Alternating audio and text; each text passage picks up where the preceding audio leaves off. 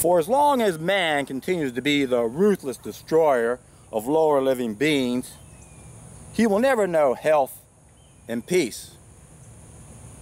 For as long as men massacre animals, they will kill each other. Indeed, he who sows the seeds of murder and pain cannot reap joy and love. Pythagoras. While we ourselves are the living graves of murdered beasts, how can we expect any ideal conditions on this earth?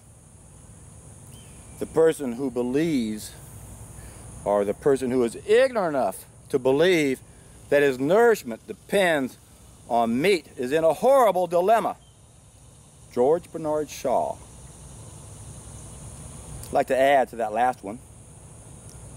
The person who has been eating the wrong foods, animal products, for decades, that has level 2 nutrients in it that we're supposed to be able to make it for healthy, and becomes dependent upon meat, is also in a horrible dilemma. Because we're not biologically adapted to eat animals.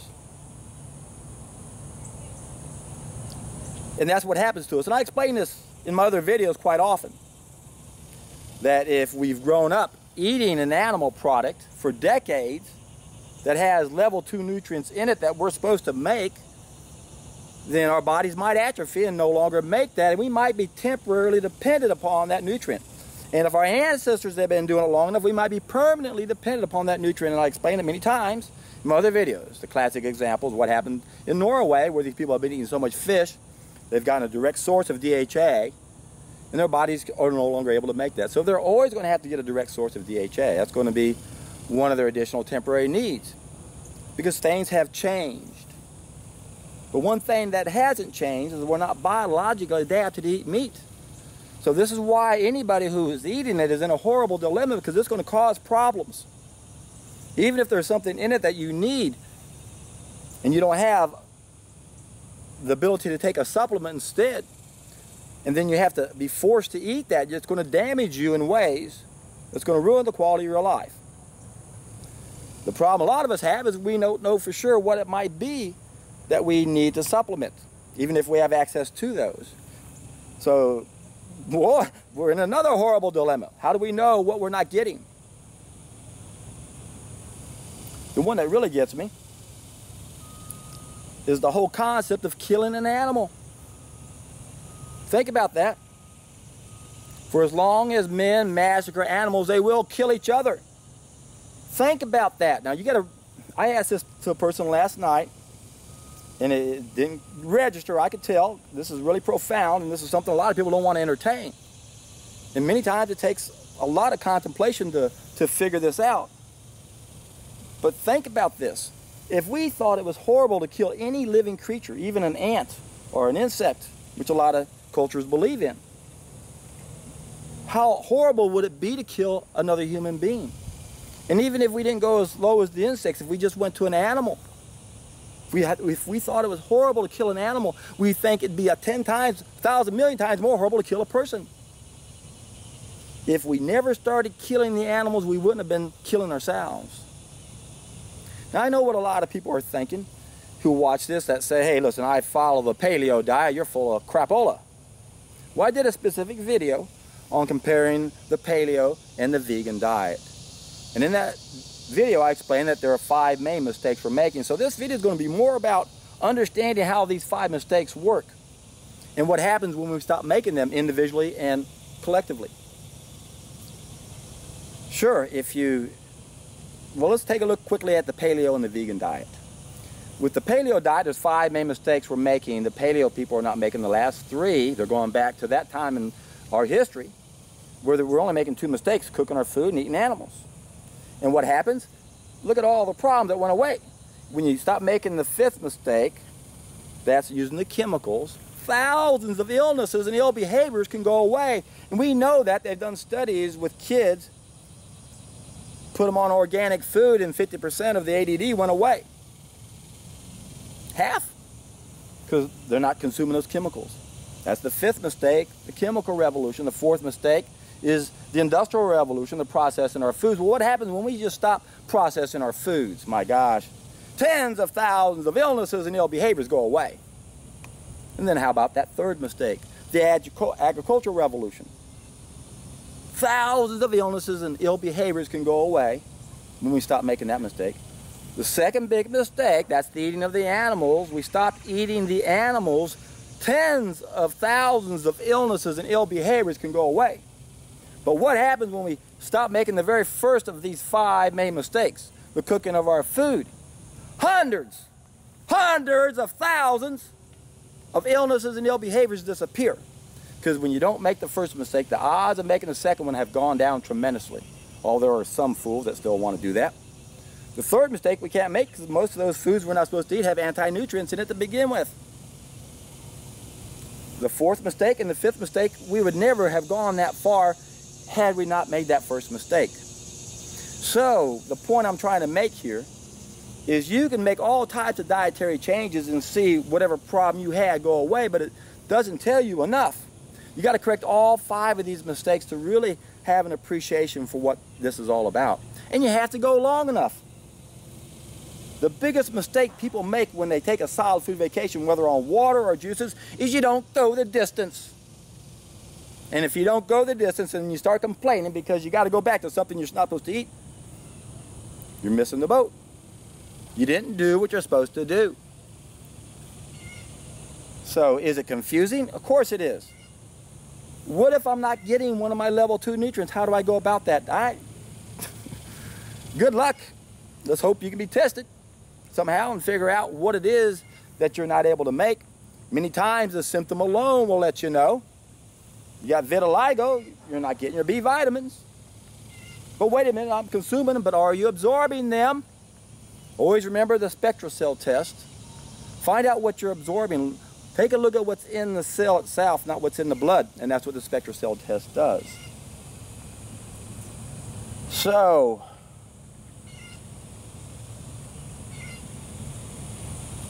is it true that if we sow the seeds of murder and pain, we can't reap joy and love? Oh, what do you mean, John? I eat meat, I got a great family, I'm happy, I'm joyful. Really? Do you know where you live, what planet we live on? How many people, how many children die every day because of our lust for cooked, dead, burnt bodies? Remember, throughout history, we've seen the difference between grain-eating nations and meat-eating nations. There's a big difference.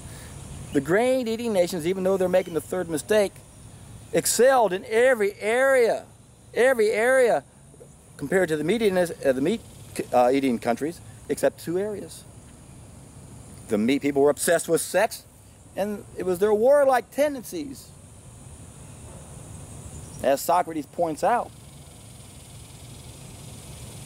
in Plato's Republic, or Socrates, when they have a conversation, Plato's having a conversation with Plato's brother. What happens if our neighbors want to eat meat like we do? We won't have enough land. We're going to have to go to war, won't we? It's a shame. Most of us are capable of swallowing flesh because we've never thought of the cruel, sinful thing we're doing. Taking the life of another animal that doesn't need to be taken. But what happens, most of us believe our nourishment depends on meat.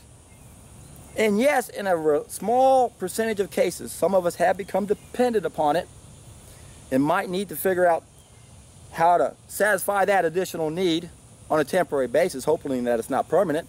And if it isn't, we're always going to have to supplement it. So if you need DHA, let's not go to the fish, let's go to where the fish go. They go to the algae. You can take an algae supplement for DHA.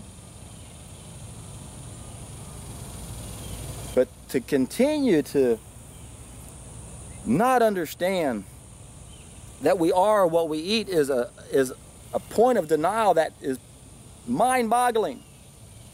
But that's where we are on this planet, aren't we? We're ignorant. We have no idea what's going on. As George Bernard Shaw once said, beware of false knowledge. It's more dangerous than ignorance. Now, this guy would know because he was the founder of the Fabian Society. Was a little confused with old Shaw here, because I know he founded the Fabian Society. I've talked about this in many other videos. Founded in 1884 to usher in a one world collectivist state. George Orwell wrote a book, 1984, because this is like a 100-year plan, trying to warn us about it. They murdered him the same year he put that book out. And what does good old Orwell say in his book? He who controls the past controls the future. He who controls the present controls the past. What is the past? It's history. What else did old George Bernard Shaw say? As long as history repeats itself and the unexpected continues to happen, how incapable must man be to learn from his experiences? Well, George, you know why we can't learn from our experiences. Because we don't have access to it. That's what the powers that be do. They don't let us know what happened last century, so this century it's going to repeat. The big events that happened last century centered around usury. There's so much bullshit and misinformation around that, we refuse to investigate it deeper to realize it's all about usury, usury, usury, the loan of money, so they can print our money, make us debt slaves, and then use that to own and control everything else that's controlling us, especially the health industry. So George knew the power of false knowledge, because that's what the Fabian Society is all about. Again, when you can control the past, when you can control the history books, you can control the future. Because when you can control, and that's because when you control the present, you control the past. But we can wake up to that reality, my friends. All we have to do is open up our mind, but we got to first empty our cup. Everything we've been told about history, just throw it out. Realize the things we need to know about history has to do with usury and the contagion myth. Remember, money is the absolute tool of control.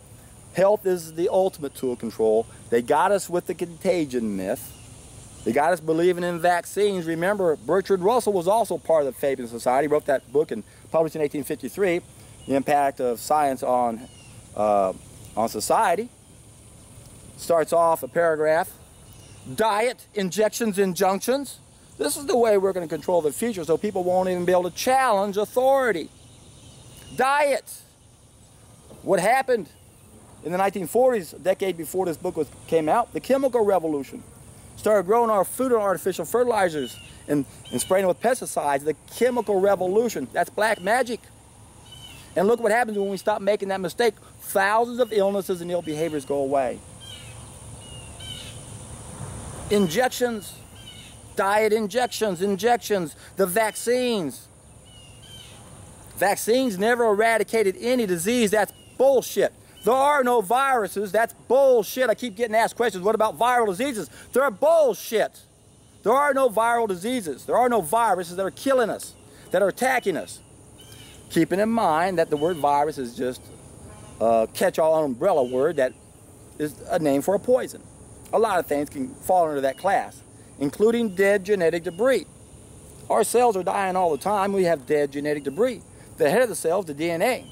Now they can identify and go, look, we can identify it. It's this, got this code here. It's a virus. Dead genetic debris. It's attacking us. No, it's not. If we're healthy, we don't have a problem with excess dead genetic debris because there is no excess. We clean it up. But if we're not healthy, too many cells are dying, we can't clean it up, and that can be a problem. Because that dead genetic debris is going to cling to weak cells. It's not attacking anything. A virus is not something coming through the air and attacking us. That's poppycock. It's to get us to believe in this vaccine myth or contagion myth, so we'll take the vaccines. Diet, injections, injunctions. You can't grow your own food. Injections, we got to radiate all of our food, so none of it's going to be living anymore. That's where we're headed. We got to wake up to this reality. We have to understand that food is a weapon system. Chemicals, black magic. Cooking our food, black magic. It's magic.